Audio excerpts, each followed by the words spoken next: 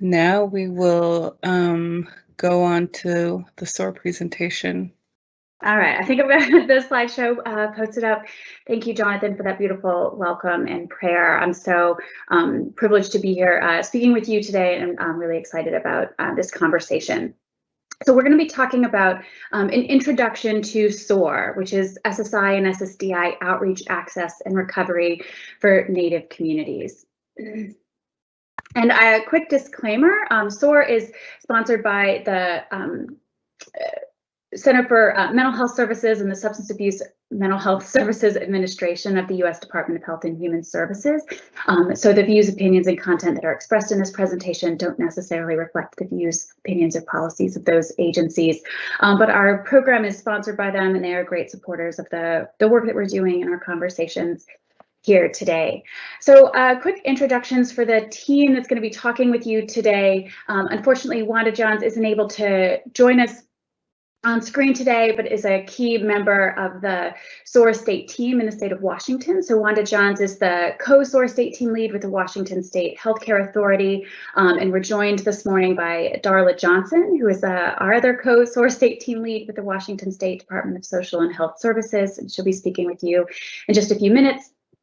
I'm Kristen Lupfer. I'm the project director of the SAMHSA SOAR TA Center, which I'll be telling you about soon. And we're also joined by Stephanie Winker with the Seattle and Denver regional offices of the Social Security Administration. So our purpose and reason we are here today with you is we want to share the importance of Supplemental Security Income, or SSI, and Social Security Disability Insurance, SSDI, and the benefits these programs can have for urban and rural Native communities. They come with income, health insurance, education, and employment supports, and bring housing stability. And so that's what we're really focusing on. And we want to offer opportunities for community members to get involved with SOAR, to connect to local SOAR efforts, to the SOAR online course, the SOAR online application tracking program, and to really see how this program can make a difference.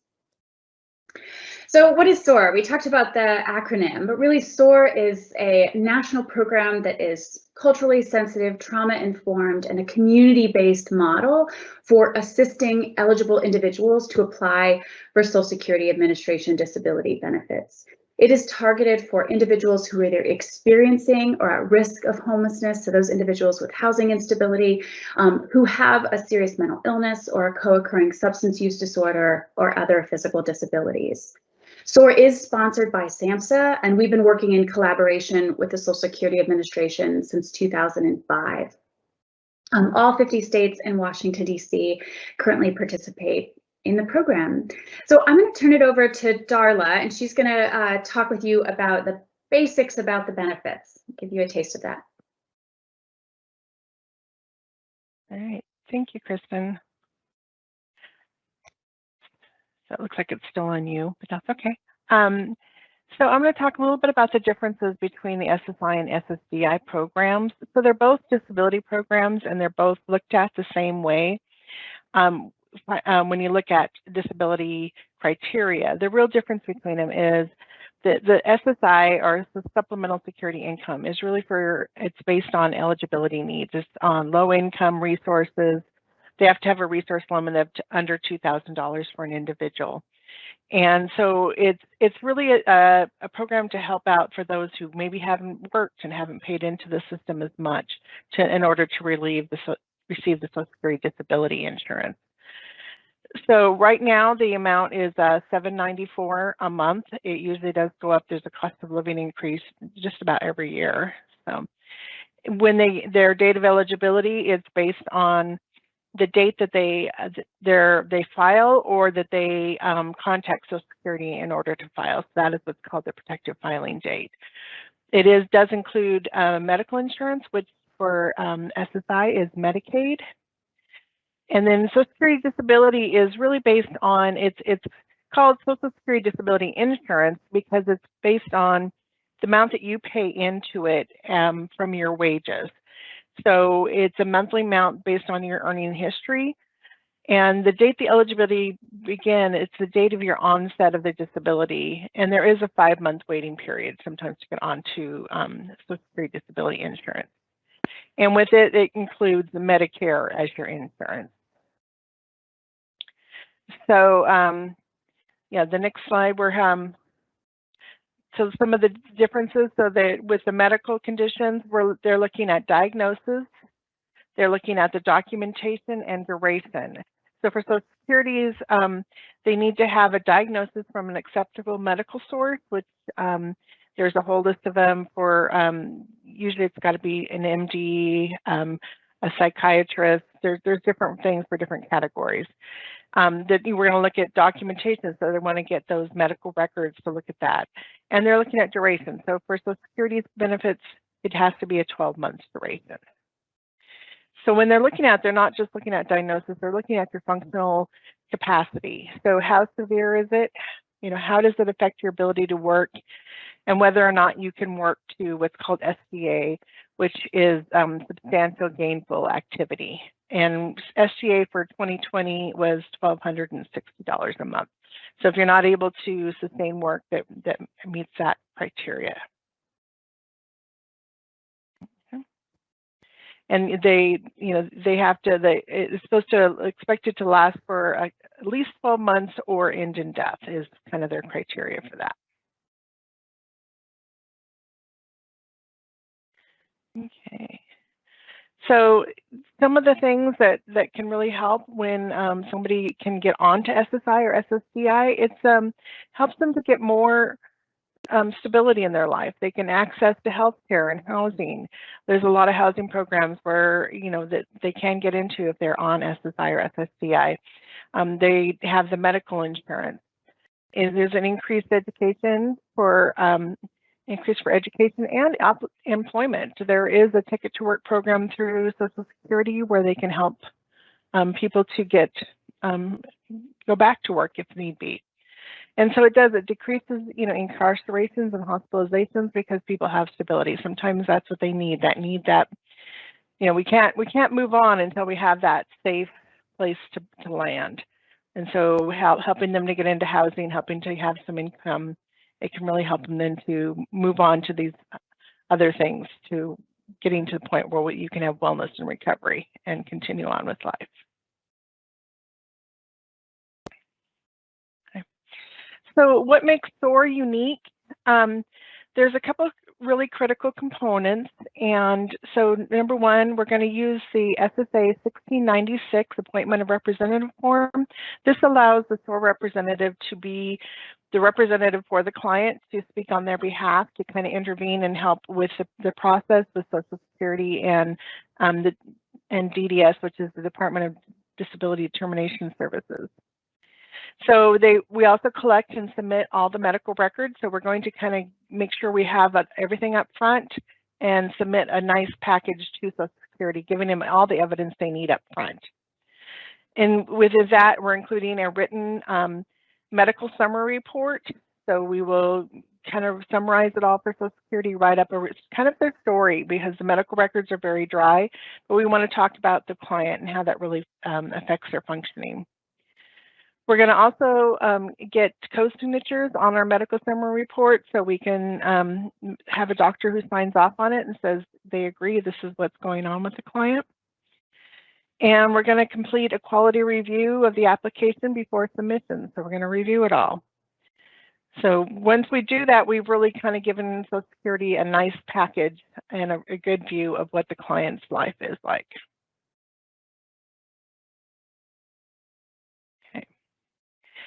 So this is our national outcomes. And so this was as of June 30th of 2020. So some of these things that's really important, like the cumulative initial approval rate is 65%, which is way higher than the normal approval rating for somebody who's applying on their own.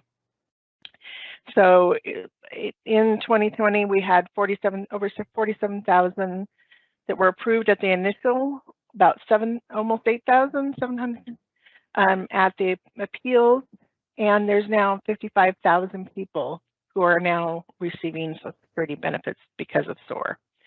So it improves the lives of a lot of people, increasing that income. So as you can see here, some of the national approval ratings.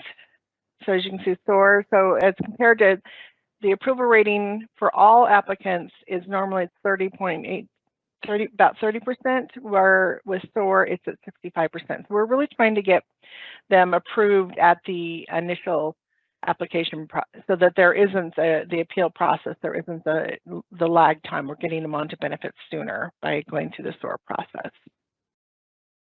And you can see that kind of the general assistance reimbursement.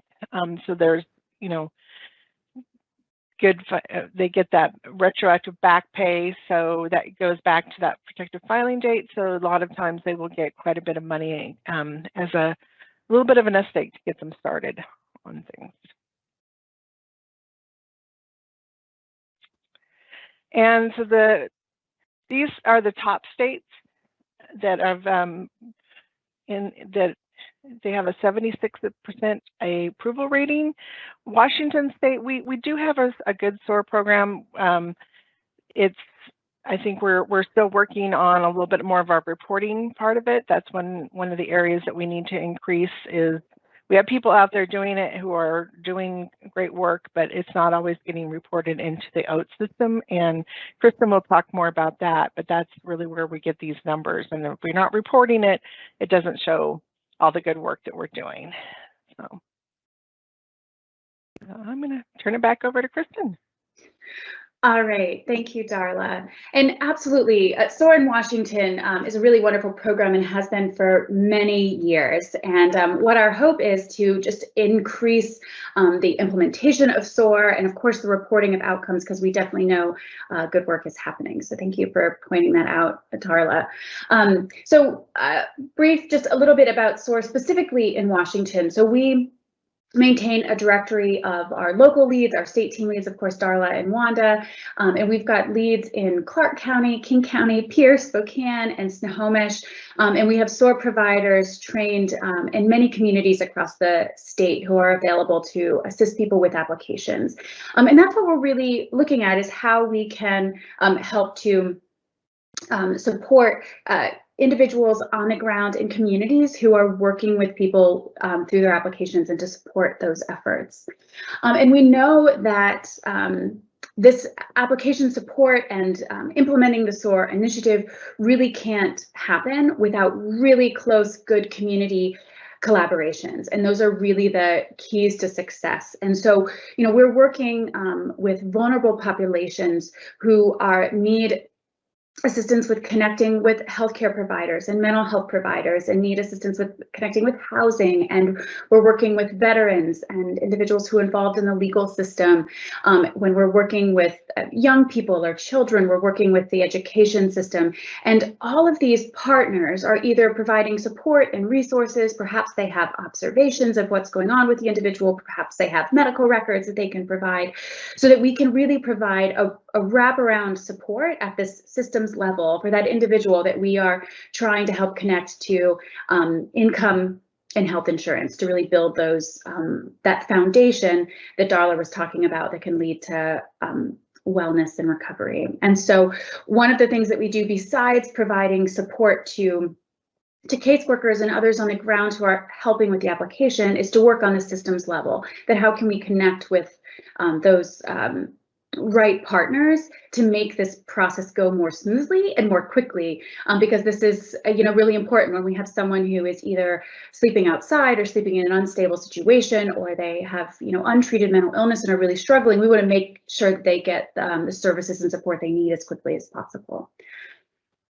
So in terms of getting involved with SOAR. So we have developed at the SAMHSA SOAR TA Center 2 online courses, actually. I'll talk about the adult course today, but we also have a child curriculum that focuses on SSI applications for children. And this is a comprehensive training curriculum that provides the information that caseworkers, social workers, outreach workers, peer support professionals need to help someone through this Social Security disability application process, which can definitely be complex and take some time to kind of learn exactly what Social Security is looking for to show that someone's eligible. But by training people and supporting them through that process, we find those good outcomes that Darla was talking about. So we know that if we submit a good quality application with the right evidence, that we can get someone approved quickly. And that's what we're trying to do. We're not trying to get everybody on Social Security benefits, that this is not the goal, but we want to make sure that every single person that's eligible for Social Security benefits gets them as quickly as possible to help bring them the stability and support that they need. So the course is free to everyone. It's web-based and self-guided, so people can take it at any point and start it on their own or start it with a group. We do that as well. And it comes with 20 continuing education units from the National Association of Social Workers, or the NASW, and those are free CEUs as well. So what is unique about the SOAR online course is that we recognize that online training is difficult. You lose something. You know, we've been living in this over a year of doing everything virtually, and you lose something when you're not, you know, in person with someone processing something in that training. But we also know that there are benefits of having this information online and available to anyone, anywhere, at any time. And so what we've developed along with the kind of online information, along with the articles and videos and resources that providing, is a practice case so that people could really see what it looks like to do an application and actually practice doing an application. So we introduce fictional applicants. We introduce them via video. So you can see on the screen, there's a video of one of our fictional applicants where you meet the applicant, you see their medical records, their progress notes, and then you process all of that information that you're getting about that individual and then apply it by filling out the Social Security forms that you would fill out, by writing the medical summary report that you would submit, and doing a whole practice application. So you can see that what you've learned through the articles and through the course, you're putting that into practice through the application. And so it's a kind of a unique thing that we've integrated into this course that's really helped to make it as practical as possible for people who are working their way through. It does take quite a bit of time commitment getting involved. So the training, we estimate it takes about 20 hours to complete that training, including the practice case. So it is a lot of information. Take some time to work through that. And then we estimate, you know, it's 20 to 40 hours of time completing an application for someone from beginning to end, meaning from first engagement until getting a decision on that application. Because this isn't just getting that application submitted, it's providing all of the wraparound support to that. It's gathering documentation. It's showing how someone's illness or conditions impacting their functioning. So there's a lot that goes into creating those good quality applications that get approved. It's implementing all those SOAR critical components that Darla was talking about. It's tracking those outcomes so that you can show the good work that you're doing and celebrate those successes each time there's an approval. But really, it's, you know, it sounds like a lot of work, and we definitely don't want to scare people away from that, but it is absolutely worth it. And it's such a benefit and what we believe will be to your tribal community or organizations and absolutely the individuals that you serve. So we have developed with our partners at Wolf River Consulting to develop this getting involved with SOAR in tribal communities. What does that look like? What can you expect? And so we have this handout available on the SOAR website that folks can take a closer look at and to see what that means. But we want to kind of reassure everyone that this comes with support. So SAMHSA, we're so grateful to SAMHSA for providing the support to provide this kind of national training and technical assistance. And so we can support SOAR in communities.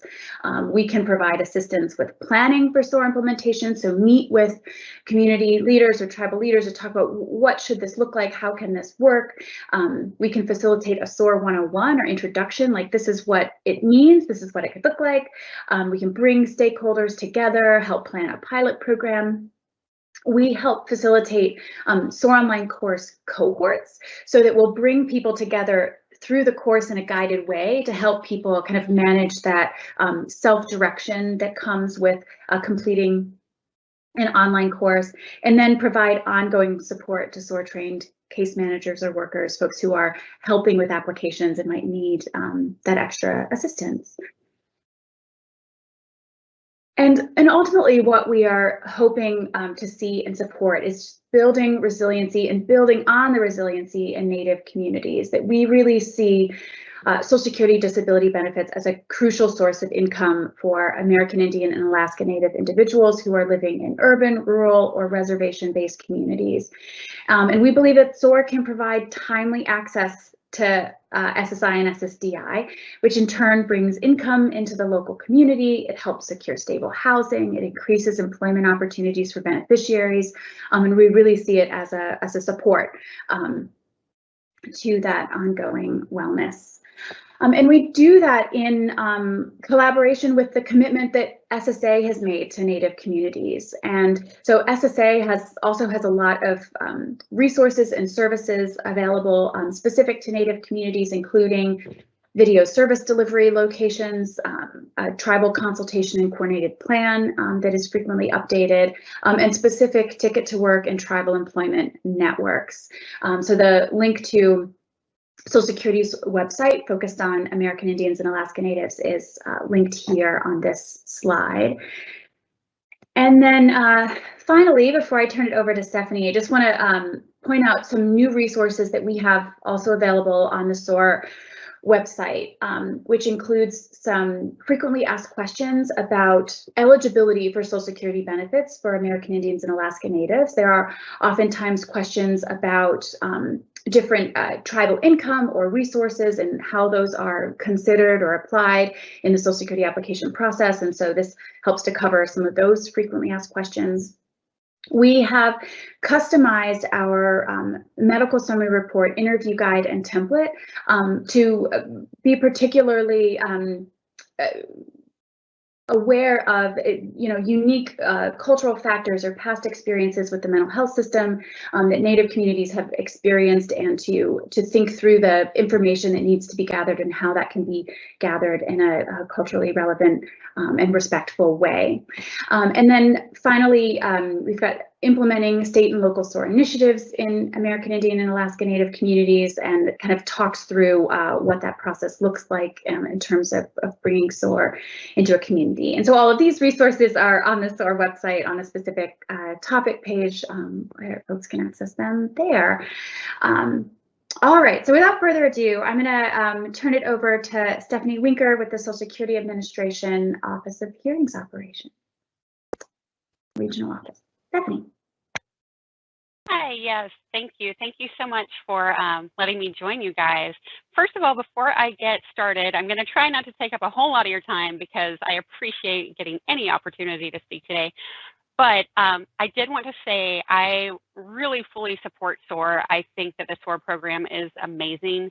Obviously, Social Security does not want just everyone to be on disability and just hanging out on disability. That is, a lot of people who are facing challenges and different disabilities want to go back to work, and it makes them feel better. They want to return to their normal life. But sometimes people go through really hard times, and if you're facing housing instability or other chronic issues, getting on the benefits that you're entitled to, that you do qualify for, can really be a life-changing difference, can help get you back on your feet, get you back in that spot where you can work towards returning to work and more of a normalcy in life. And it can really be a game changer. So, I do encourage anyone who works with people who might be eligible, please look into it. A lot of people don't want to go there. They want to recover and do things on their own. But SSA also has a lot of work incentive programs. I know that was mentioned. So that way, if you are on benefits and you're working towards going back to work, there's ways to transition into that gradually. So you're not, starting to work and then realizing, oh, never mind, I can't hold this job. And then you have to start from scratch. So there's a lot of support in place. I have been with SSA for over 10 years. I've also been on the other side of things in social services. And I just want to reiterate, make sure you encourage people who might be eligible to apply for the benefits. It is hard. You know, people are proud and they want to get back to normal as soon as possible, but please, if you're possibly eligible, go ahead and apply. And SOAR is awesome because this is a really complex program. Sometimes people don't understand all the intricacies and what they really need to make sure SSA is aware of. And SOAR will make that a very easy process. I'll walk them through it. It's awesome. I can't say enough great things about it. But anyway, back to what I'm here to talk about. I am with the Office of Hearings Operations. Unfortunately, sometimes people apply for disability and they get denied. At that point, they can appeal and it's reviewed again, sometimes due to human error or, you know, we don't have new records. There's so many reasons that it can be denied once again. So if that disability is continuing and the person really feels like, no, that I want someone else to look at this case, we do have the Office of Hearings Operations Department where I am right now, and we have administrative law judges. They see that next level of appeal. So you get denied, you appeal it. If you're denied again, then it comes to us. Unfortunately, during the pandemic, we haven't been able to have our in-person hearings, and that is going to create a backlog when we do resume in-person hearings. Not to mention, the pandemic has kind of made even giant organizations like SSA realize we might need to get on board with providing different methods of service. So we decided that we're going to start offering Microsoft Teams hearings. That way the person can still see the judge can still see them, but it can be done anywhere that there is internet connection and technology that has a camera and a microphone. So if you have internet connection that lets you stream a video, you can participate in the online video hearing. And I really encourage you to let people who might be at hearing level know, you know, if you work with other people in the community, if you're working with tribal members that might be facing a disability denial, let them know that this video hearing is an option. We've gotten really, really good feedback so far. You know, it's convenient if you're in a rural area or your disability makes it uncomfortable to travel to a hearing office once in-person hearings resume. This could be a great option. So I'm really excited. It's going to be hanging out even after the COVID restrictions lift and things return back to normal. And, you know, we have also had the telephone hearing option, but telephone hearings is not really the right fit for everyone.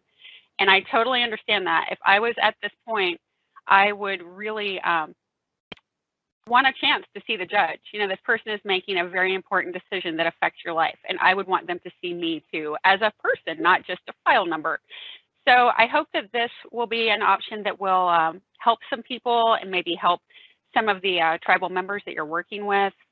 Part of this process, as you might be aware, is President Biden is really emphasizing across all programs, all federal agencies, that we really need to focus on vulnerable population outreach. And that encompasses a lot of people, you know, people facing homelessness or housing instability, people in rural areas, and people who don't have access to technological equipment or reliable internet.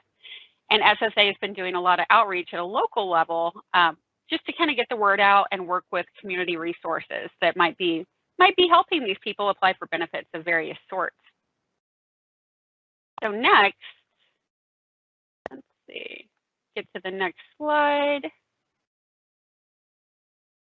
Thank you. So if you would like more information, we do have a publication if your office is open to the public or if you're just interacting with claimants and you can send it to them electronically if they use email. We have a publication with more information.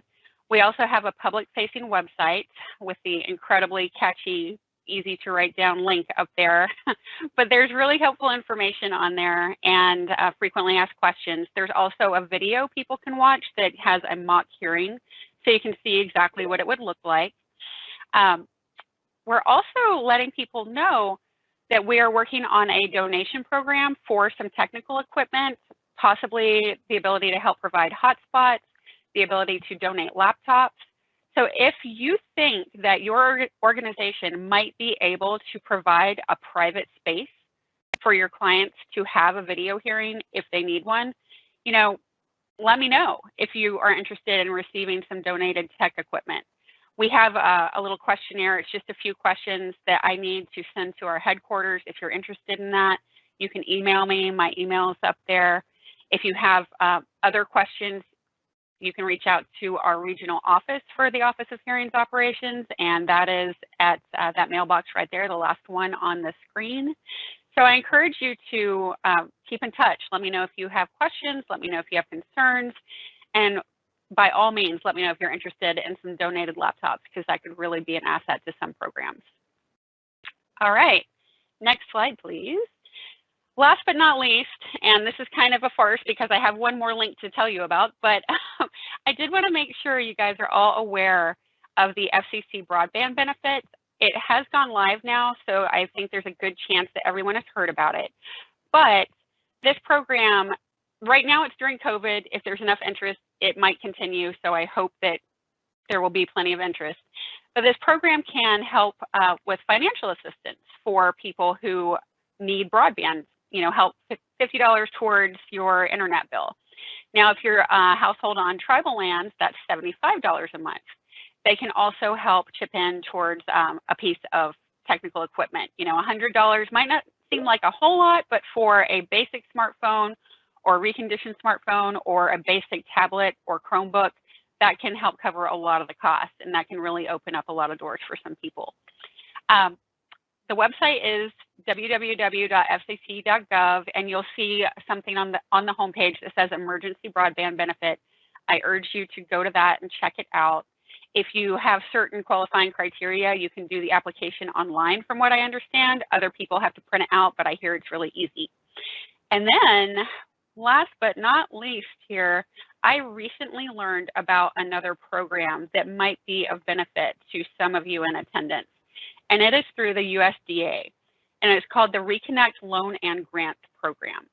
Now, the website for that is just going to be www.usda.gov/reconnect. And what that is a loan and grant program to help fund broadband connectivity in rural areas. There's some lots of good information on the site. I see that in the state of Washington, there's already a few applications pending in rural areas. One of the qualifying criteria, there's criteria of who can apply. And I know one of the qualifying criteria is if you are a tribe. So tribes can apply for these loans and grants if they have, if they need help paying for the infrastructure and broadband connectivity issues in their area. So I hope that some of that information will be helpful. I do urge you to reach out if you have questions or concerns. And thank you so much for letting me speak today. I really appreciate SOAR sharing their presentation with me. So thank you. All right, thank you. So we do have one question. I'm sorry, we have one question in the chat. Okay. Once an application has been turned in for SSDI, how long is the wait for the person to hear from SSDI? Is it 5 months, or will they hear and then it's a 5-month wait?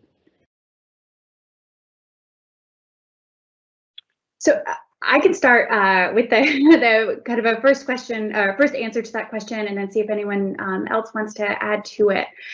So for a SOAR submitted application, our national average processing time last year was about 115 days to decision. So that's from the time of application to the time of decision. So really, we see the processing time, it differs, state to state, application to application. Like one caseworker might submit an application and get a decision in 30 days, and they might be their next application, it takes, 4 months. It really depends on how much evidence is there when it's submitted, all of that. So really it's a 3 to 4 month average decision time, and that actually tracks with regular applications too, the kind of decision on the initial application. And it's when you get a denial and go into the appeals process that it can take quite a bit longer, as much as a year. So that's the kind of decision time, approximately 3 to 4 months.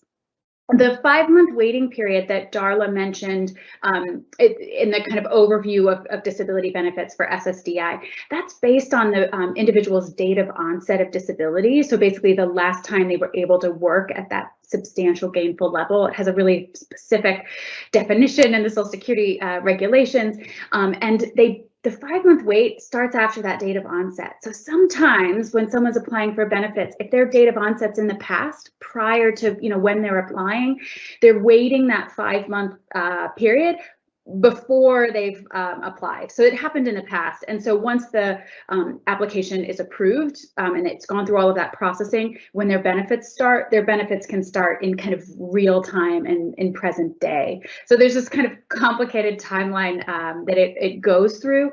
But for the most part, that 5-month wait is happening or already happened in the past prior to the application. Anyone else want to add to that? Great, thank you. Mm-hmm. I do not have any more questions in the chat.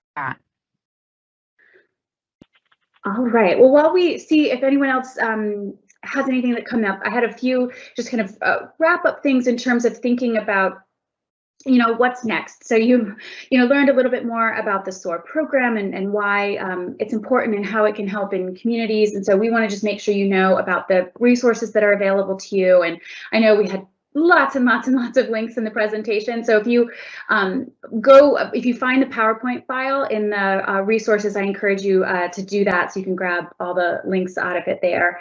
But we've got information on starting your SOAR initiative, the SOAR online course catalog, where you can access both the adult curriculum and child curriculum. Again, our information about eligibility for American Indians and Alaska Natives, and then just some contact information. Abby Kirkman, her email address is listed here. She is one of our experts at the TA Center and works with Native communities. You're also welcome to reach out to me generally, Kristen Luper. I'm the liaison to the state of Washington. And we've got our website here and just our general email address as well. So we encourage you to reach out if you have questions after this presentation, after the conference, after you've had time to kind of digest it all a little bit more. So we have 2 more questions. Unfortunately, the requirement for this broadband access are creating a barrier so that entities who might offer the service are unwilling to take it on. I learned on Tuesday that Ocean Shore seniors who have applied were told the service was not available because of this.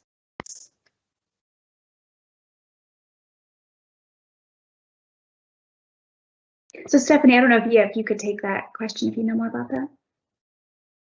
Yes, sure. I could not hear the last part. We're not available because of what?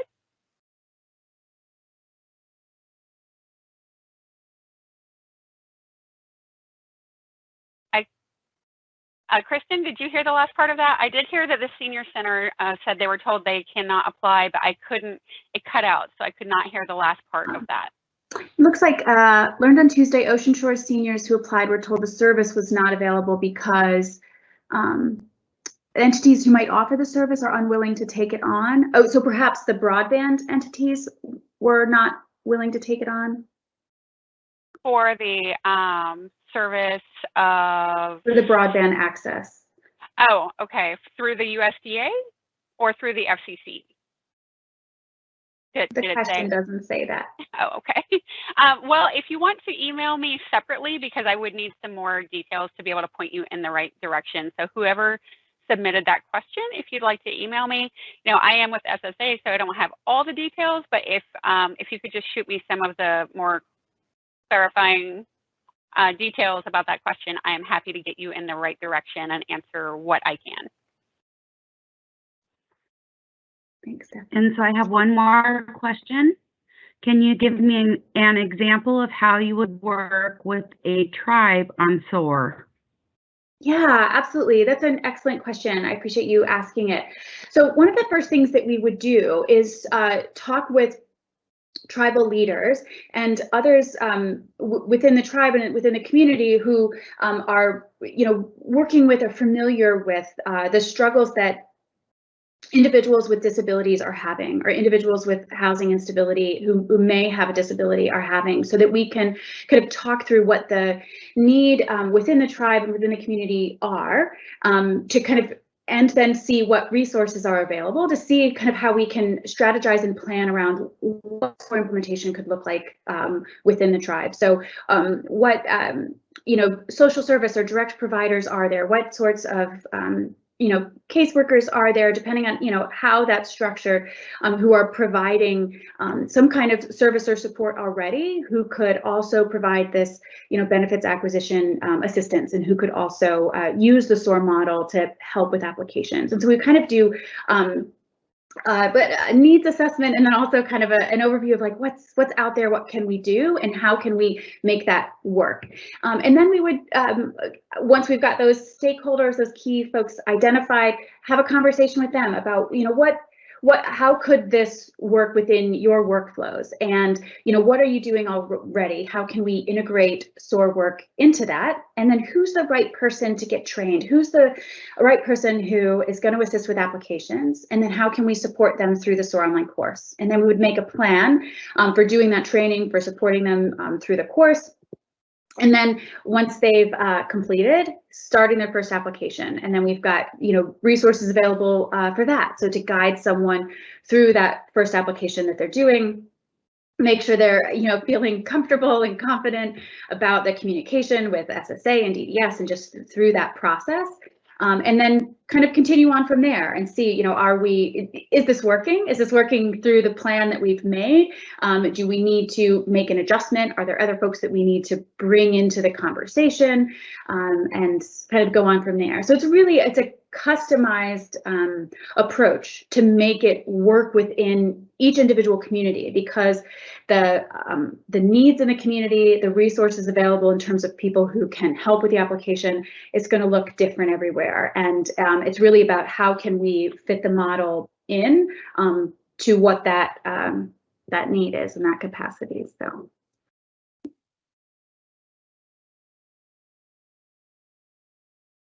Great question. Great, thank you. We don't have any more questions. All right.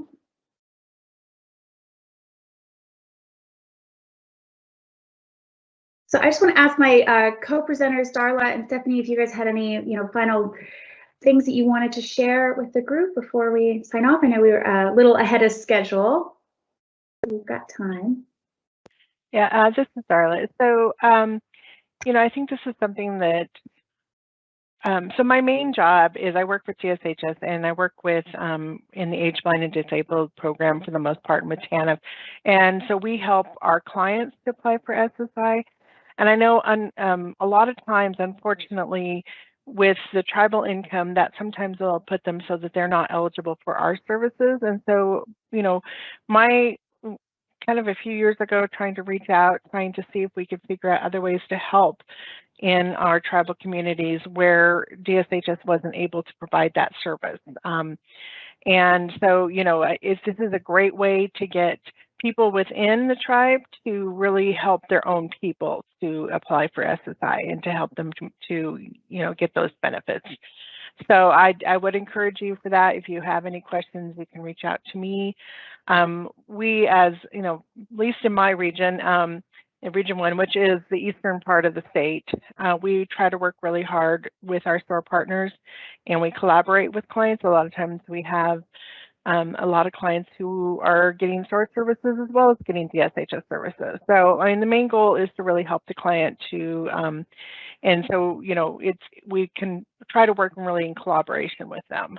So I do encourage you, if you have questions, please reach out to Kristen or I or Wanda, and we'll see if we can help you. So Wanda's over on the west side of the state, so she has more information about those over there than I do. So